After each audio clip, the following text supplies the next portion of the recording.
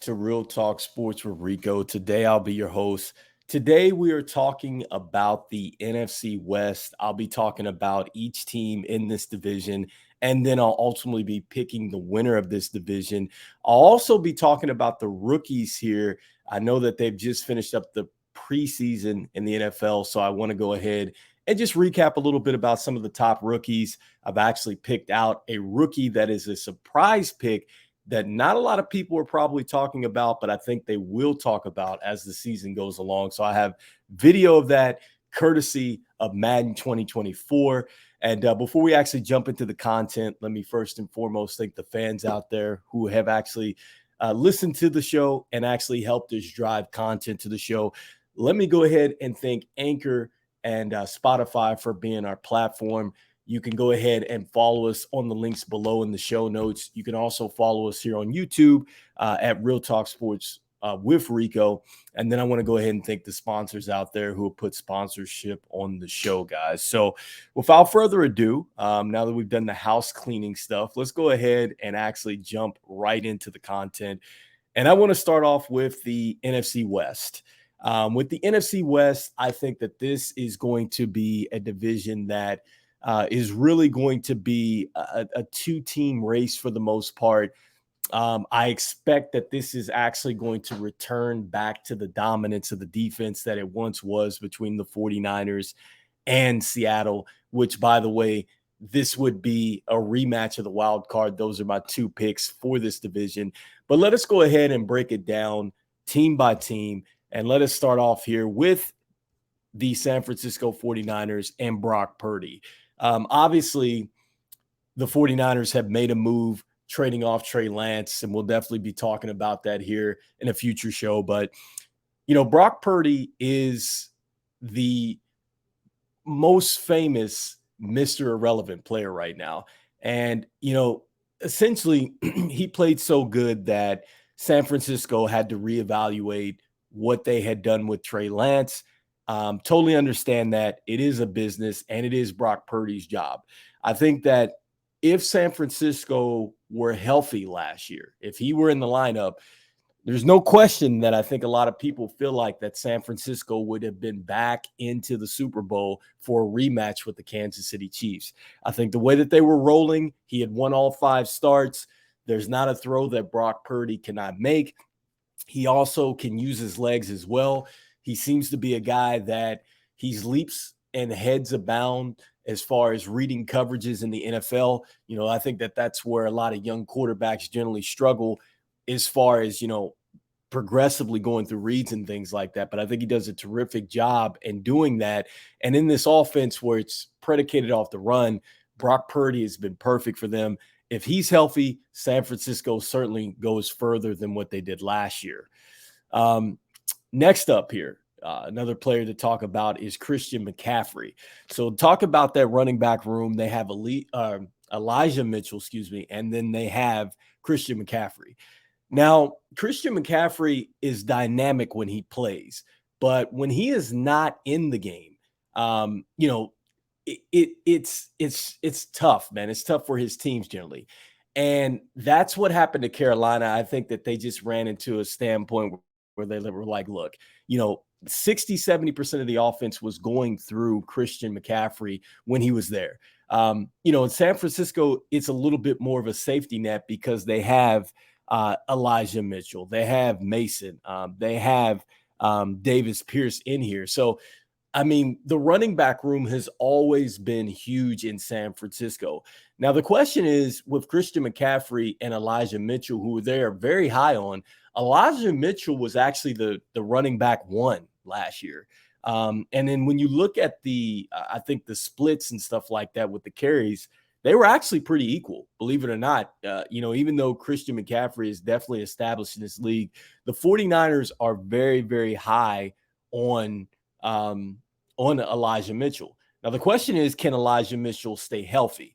If Elijah Mitchell and Christian McCaffrey can stay healthy, you might be looking at one of the best duo running backs in all the NFL. These guys are going to rack up a lot of yards. They're extremely good at catching the football out of the backfield. And in a lot of ways, they can line up at the wide receivers and wide receiver slots and actually create mismatches with cornerbacks as well. Not only can they run in between the tackles, they can go outside and catch balls as well. So I think that, again, you're looking at the most dynamic running back crew in the league if they can stay healthy.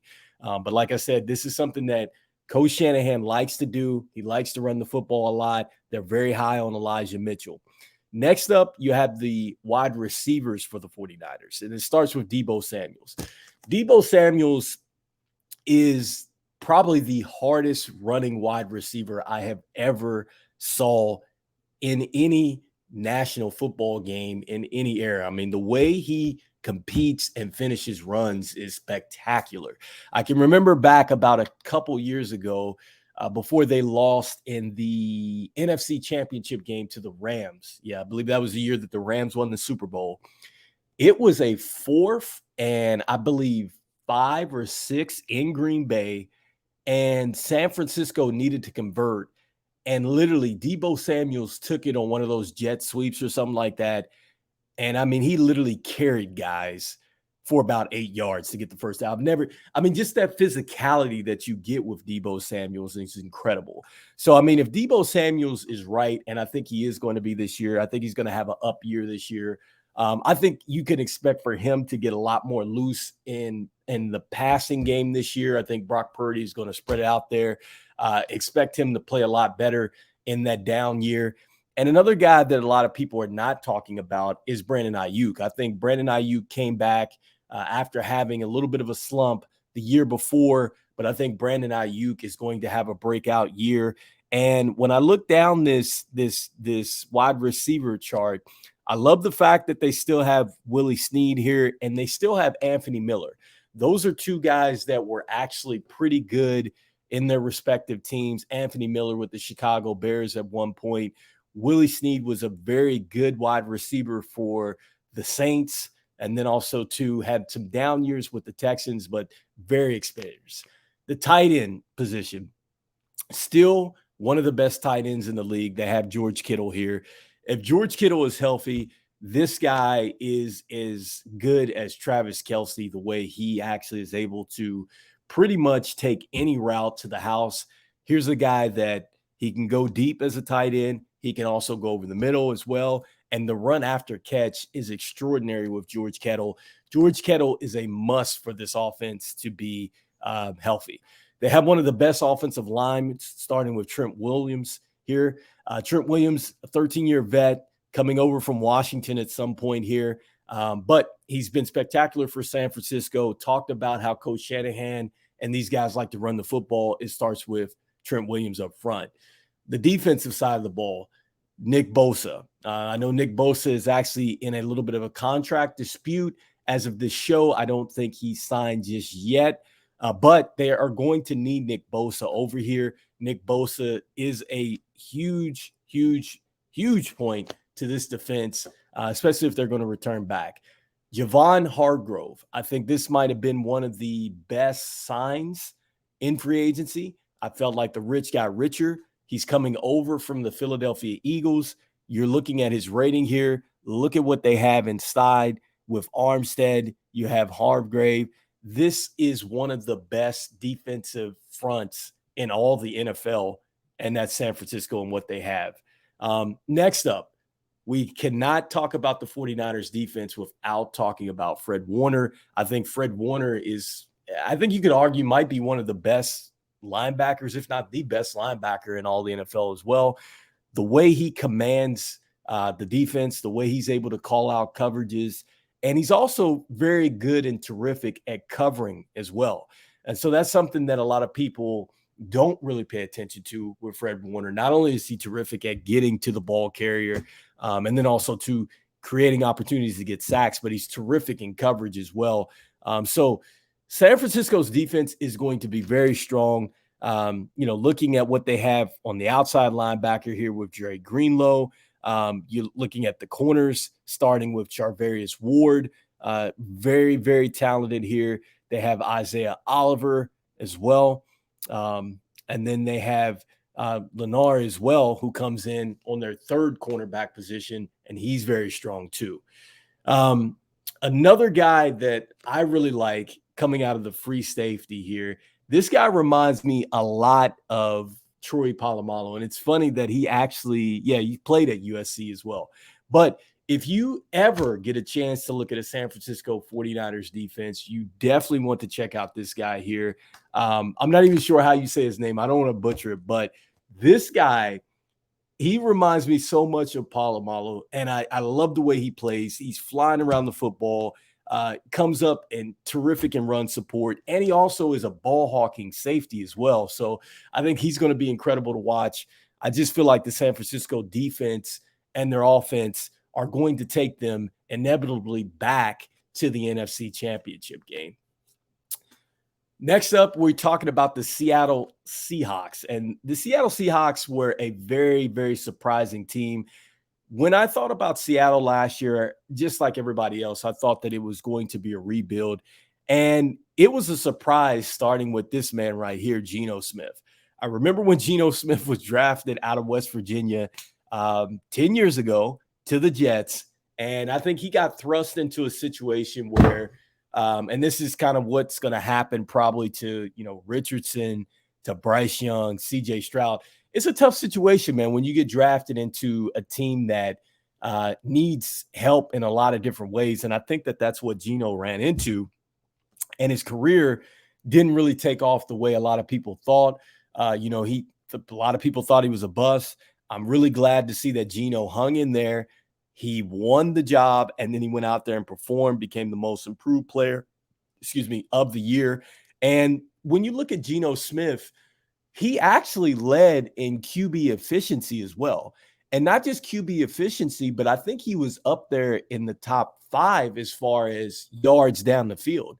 So it's not like Geno Smith actually went and dinked and dunked the ball down the field. He actually opened it up, which that is a little bit of what Russell Wilson was doing before he left and when they were successful.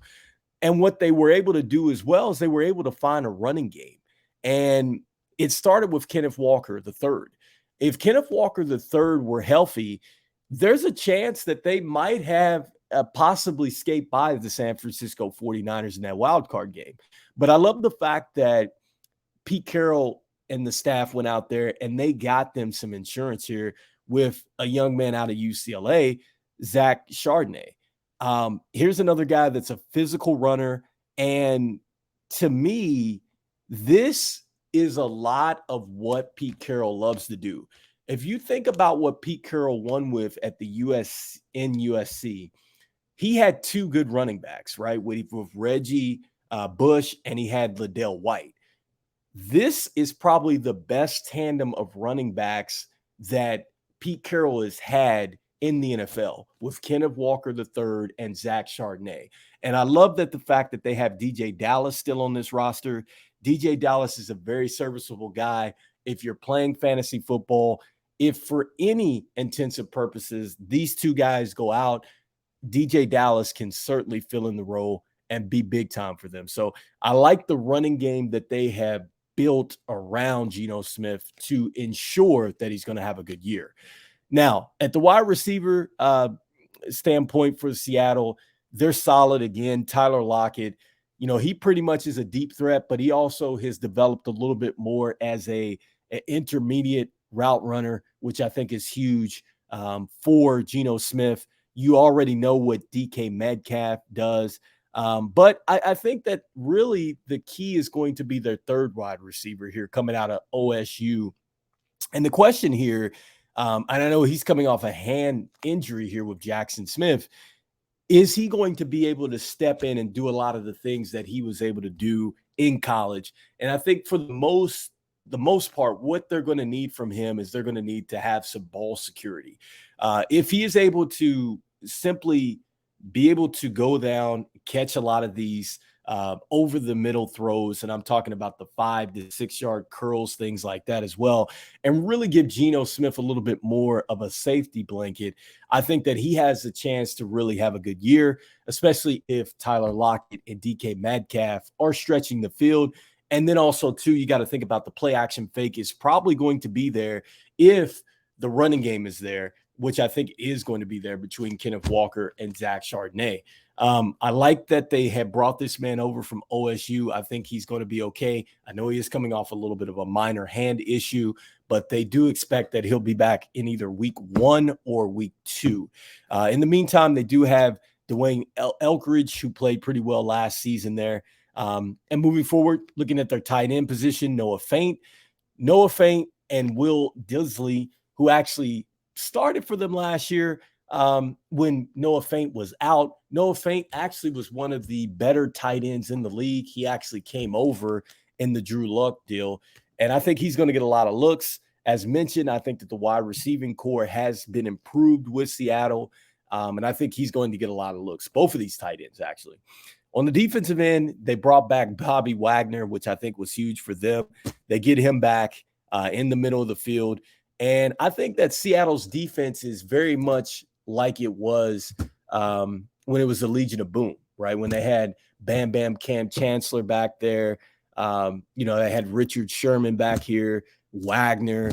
Like they have basically revamped this defense up, and it's a lot younger version of that. But these guys flew around the football, had these guys in fantasy football. It was one of the top ranking defenses there, and mainly their corners, who were actually in year 1, year 2, they're very, very stingy. I mean, they created a lot of turnovers last year.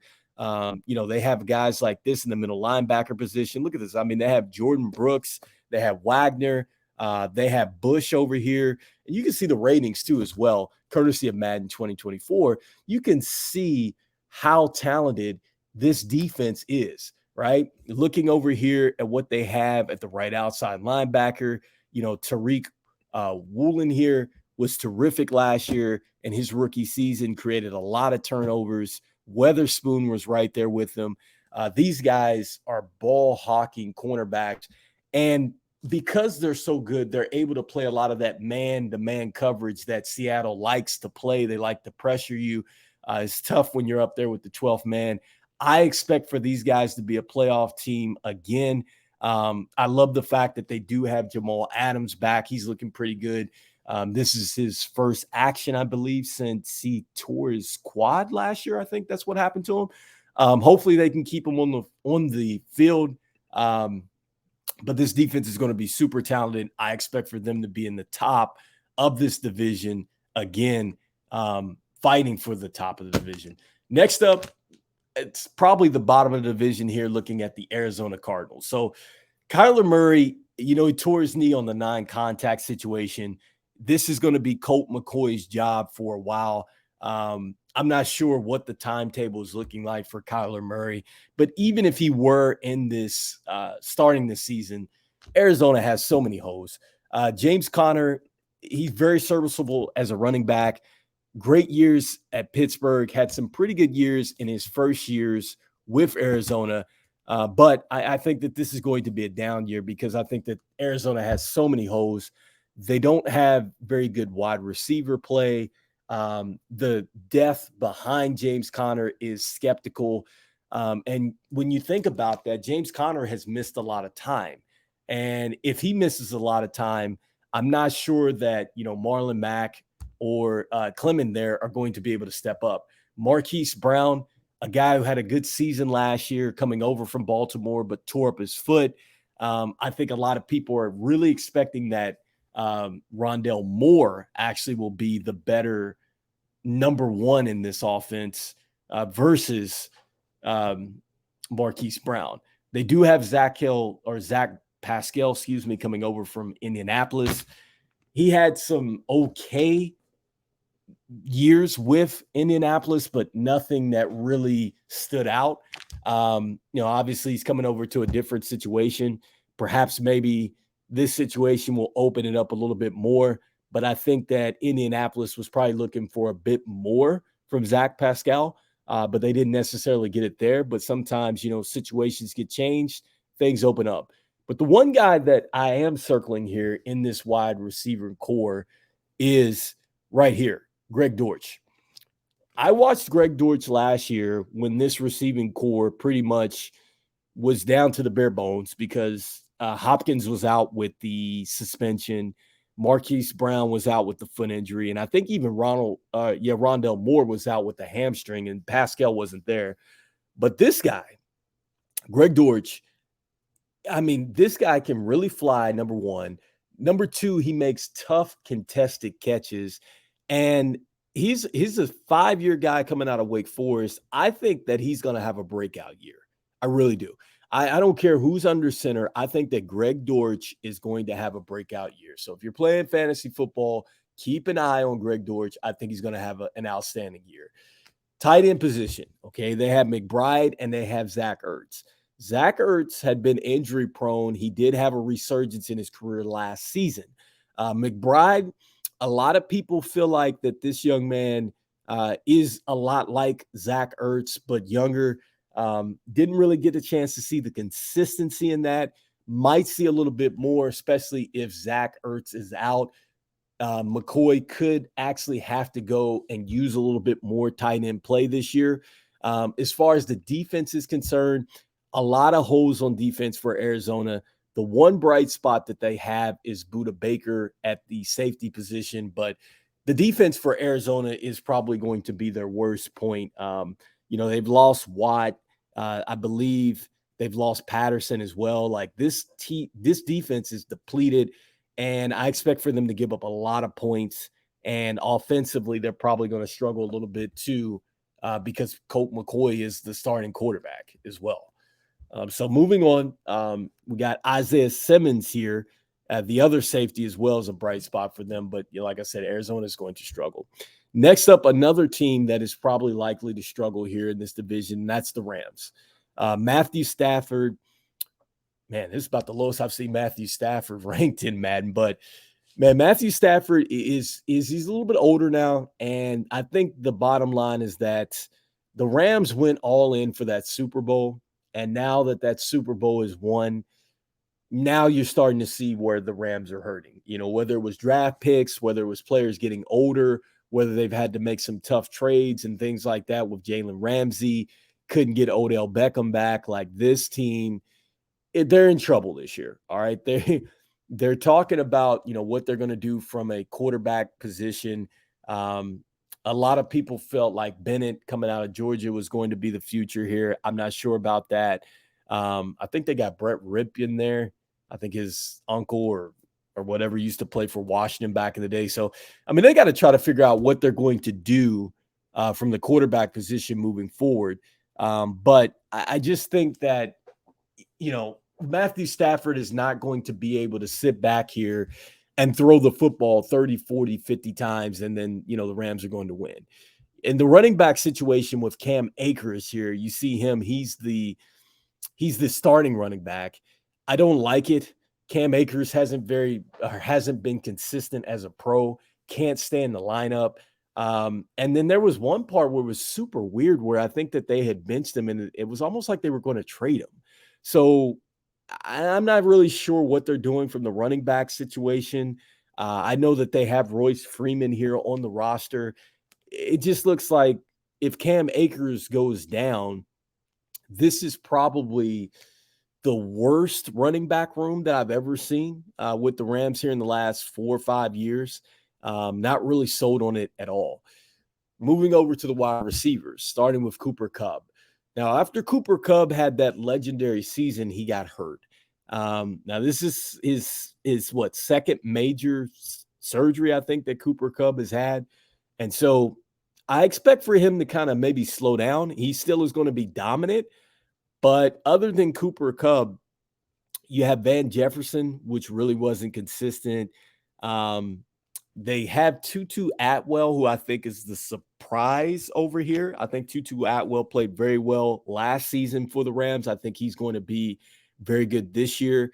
Demarcus Robinson coming over here in his 7th season out of Florida is going to round out the top 3 in the wide receiving core. Not sure if you're going to get a whole bunch of consistency there. Like I said, I'm really high on Tutu Atwell. And I'm also high on this young man too as well. I think that he had some upside as well. I think that I don't know if that was more just he was the beneficiary of just the fact that when Matthew Stafford went down, they just aired it out, and these guys were the only two guys left. I mean, we're going to find that out. But I think that they did show enough promise to show that they actually might be very serviceable behind Cooper Kupp.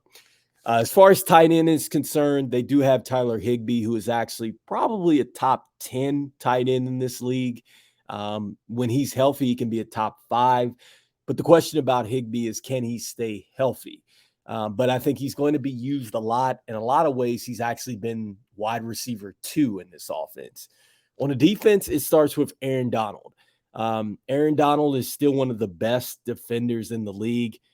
Tough guy. I think he single-handedly turned the switch in that Super Bowl against the Bengals. But aside from Aaron Donald, this defense is really going to struggle. I mean, yes, they have Ernest Jones here in the middle linebacker position. They have John Johnson at the free safety position. And then they have John Fuller playing the safety. But they really don't have very good corners. They don't have a very good middle linebackers at all. They don't have very good outside or right side linebackers too. This is very much a rebuilding defense, and I expect for the Rams they're going to get scored on heavily, a lot like the Arizona Cardinals. And I think that the offenses for both of those teams have diminished so much over the last 2 years. I just don't think that they're going to be able to manufacture enough points to really stay up there. So with that being said, I think that the bottom line is it's going to come down to the San Francisco 49ers, and it's going to come down to the Seattle Seahawks. And I put that video up on the screen here. If you're watching the podcast, I think likely this is going to be for the division right here. I just think that when you look at San Francisco is returning back everybody. And they did get Hargrove over there as well to go ahead and up that defense. Once they take care of Bosa and get him back in the building, the defense is going to be incredible. The only question for the 49ers is going to be health. You're looking at Brock Purdy, 13 TDs, only 4 interceptions, 1,374 yards. Phenomenal last year. He won all 5 of his starts. The kid can play. And obviously, they wouldn't have traded Trey Lance if they didn't believe he could play. They have one of the most potent running games in all of football. They have one of the toughest wide receivers and probably the one that gets the most yak or yards after catch, Deebo Samuels. They have one of the most up-and-coming wide receivers with Brandon Ayuk. They have one of the most talented tight ends in Kettle. But the question is the health. Right? Is McCaffrey, can he stay healthy? Can Kettle stay healthy? Deebo Samuels, he lost time last year. Purdy lost time. That was what was really critical to the San Francisco is the health standpoint. If they can stay healthy, then I think very much they can go ahead and they can win this division. And not only win this division, I expect for them to be in the NFC Championship game. On the other side of the ball, Seattle is quietly coming back into its own. Like we're starting to see the Seattle Seahawks I'm talking about, again, their Super Bowl runs, like the 2012s, the 2013s, the 2014s with Marshawn Lynch and Russell Wilson and Mike Baldwin at wide receiver, Percy Harvin at wide receiver. Like they are starting to build that kind of continuity with the offense, first and foremost. I think Geno Smith, it was perfect for him to be there the year before Russell Wilson got traded. So he got a chance to learn the terminology, understand what Russ saw out there. And I think he took that to heart into that last season. And I think you're going to see the evolution of that kind of go this year. He doesn't have to look over his shoulder. They gave him the bag this offseason.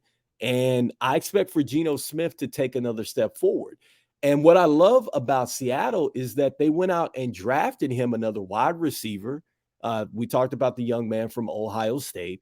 And then they also went out and got him another running back in Chardonnay. So he has 2 talented running backs behind him, 3 if you count DJ Dallas. The wide receiving core is intact. And I think that this offense is going to be lethal. And the one thing that I love about both of these teams is that they try to win on first and second down to make it a manageable third down. That's all that these teams are predicated on. And they do a terrific job as far as making sure that they're looking at, you know, the third and fours, third and threes versus, third and eights, third and sevens, maybe a third and 10. Like they do a great job in avoiding the negative plays. And they do a good enough job in selling the play action fakes to where they can get you with some big shot plays down the field. So it's not like that they're just kind of grinding you out as well. And with Seattle defensively, I've talked about what they have bringing back Wagner. Right. That's going to be one of their strong points is going to be the linebacker play. You just saw the good stuff right there on McCaffrey if you're watching the video. But then they have some of the most stingiest cornerbacks in this division. And the difference between the two is if Seattle is able to turn over their ball like they were able to turn over at the start of the season and kind of in the midway, they slowed down at the end. But if they can turn it over late, I'm talking about when teams really, when turnovers count even that much more, when you're fighting for playoff position and things like that, then Seattle could be a surprise. They could really be a surprise pick for the NFC Championship game as well, because I love that their defense travels. I love Geno Smith as a guy that is a veteran that knows how to utilize the offense. He doesn't take a lot of sacks and negative plays here. So I like that about Geno Smith. And like I said, man, I think that it should be San Francisco winning this division, but those roles could flip-flop. Easily it could flip-flop. It wouldn't shock me if Seattle were to pull something out of the hat and get it done here. So next up, guys, we've talked about the NFC West. I've given you my prediction. Now we're going to talk about these NFL rookies. And to do so, I've actually brought out some video of that. And I'm going to start with a rookie that I think is probably going to be the MVP of rookies. I think he's going to make the most immediate impact. And I'm starting with Bijan Robinson. I think that Bijan Robinson, what you're looking at right now, this would be a practice here between them and the Carolina Panthers. I think that Bijan Robinson is going to be huge in Atlanta. I talked about them in this division. There you see him cutting it up right there. He's going to have the ability to take this football, get handoffs. I think he's going to be able to get an ability to get out in the open space, catch balls just like that as well. I think he's going to be a mismatch for any defense out there, linebacker or corner. And I love the fact that, again, they have Drake London out there.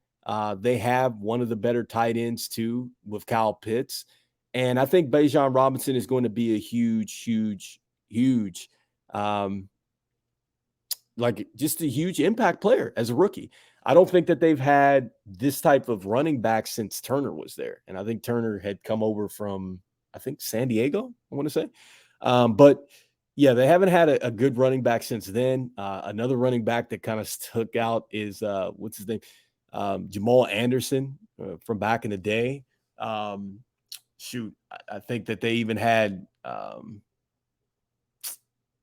I can't even think of my man that used to play for the Rams now. It's gonna come back to me, guys. But he played for the Rams. He went over there for a year. It didn't work out. I remember also too, they had Stevenson that came over from the Rams too. But Atlanta just really hasn't been able to find a solid runner in some time. All right. And it's Ty Gurley who I was thinking about. So Ty Gurley played there in Atlanta. But yeah, this is the first time, man, that I think you're actually going to see a running back that's going to stick in Atlanta for quite some time. So I think that this guy's played very well throughout the preseason. They did hold him out for the first week, but then they turned him loose here this last week. But this is the guy I think is going to make an immediate impact. Next up, we'll bring it up. It's going to be Bryce Young. So you're looking at him in a practice situation right now. And I think that what you just saw right there, Bryce Young and his ability to get the football out quickly, his ability to kind of move the pocket. I think that that's going to be a plus for him. And he really emphasizes well. The issue with him is the impact. Is he going to be able to take shots from these defenders and be able to keep going? I think that that's the one thing that a lot of people are wanting to know. But as far as him fitting it into windows and things like that, you're seeing that. He has the ability to go ahead and I think kind of read every coverage. Now, I know it is a little bit different here in the NFL, is a lot faster, but just like that, you want to see that he's going to be able to pop up after taking shots like that. I love the fact that he's shown that he does have the legs and stuff like that as well to kind of get outside the pocket and scramble. A guy that certainly looks like he has command of the offense as far as making adjustments and things like that. But as far as being a real impact player and saying that, okay, this guy is going to increase Carolina's winnings by, I don't know, another 3 or 4 games, I'm not sure about that. I don't think Carolina has put enough in place for him to be that type of impact player. I think that he's going to struggle and go through his growing pains. I just hope that it doesn't ruin him, right? Like, I hope that he's able to hang in there. I hope that Carolina doesn't, give up on him too easily, but I think he's going to take a lot of licks here in year one. Speaking of players that are going to take a lot of licks, now here at CJ Stroud. I think CJ Stroud would be best if he actually sat behind Mills to start off his year. Because there's so many holes on Houston's offense and defense. I think that CJ Stroud might be in a worser situation than Carolina. Because I had mentioned that Carolina was almost in the playoffs last season. Houston was nowhere near that. The running back situation is going to be pretty solid with Pierce, and they got Singletary over from Buffalo. The wide receiver standpoint is going to be pretty solid in time because they have Mitchie. They've got Nico Collins over there, and they've got another rookie as well that they've drafted. And they've also got Noah Brown from Dallas as well. Now, they're going to be solid over time. I don't think that this wide receiving core is quite ready to make noise just yet.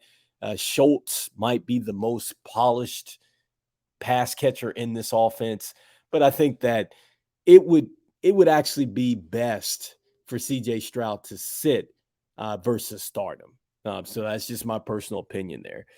Next up, I'm going to bring you guys a rookie who I think is going to also make an immediate impact. And I think it's a rookie that a lot of people might want to circle on your fantasy football radar, and a guy that I think could play a really huge role. He reminds me a lot of another player that I think is a Hall of Famer. At one point, got a chance to meet him as well, and that is Darren Sproles. And I am talking about Deuce Vaughn.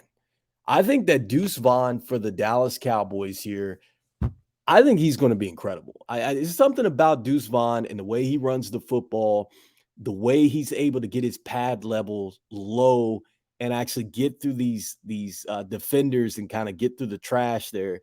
I think he's going to be fabulous. He's a great route runner. You're looking at, kind of a little bit of what he can do as far as picking up pass blocking schemes and things like that. I believe his father is actually on the coaching staff as well. But yeah, I feel like Deuce Vaughn is going to be huge, man, because I'm not sure what Troy Pollard's going to do because now he's coming back. He did break his fibula. I don't know how quickly he's going to be in the fold of things, but Deuce Vaughn had an outstanding preseason. And in a lot of ways, he does what Troy Pollard does. He's a little bit smaller in stature, but I feel like that there is definitely room for him. I think Deuce Vaughn is going to be incredible this year. I think he is a steal, really, if you're looking for a rookie running back to actually pick up here in the fantasy football. And low key, he could be an MVP as far as rookies are concerned, as far as offensive rookies are concerned. So with that being said, guys, that is today's show. I wanted to go ahead and just, recap what we talked about. We talked about the NFC West and the preview there. I really think that San Francisco is going to win that division. We went ahead and talked about some of the rookies here. Next week, I'll be talking about Anthony Richardson on the show. And I'll also be talking about all of the AFC previews.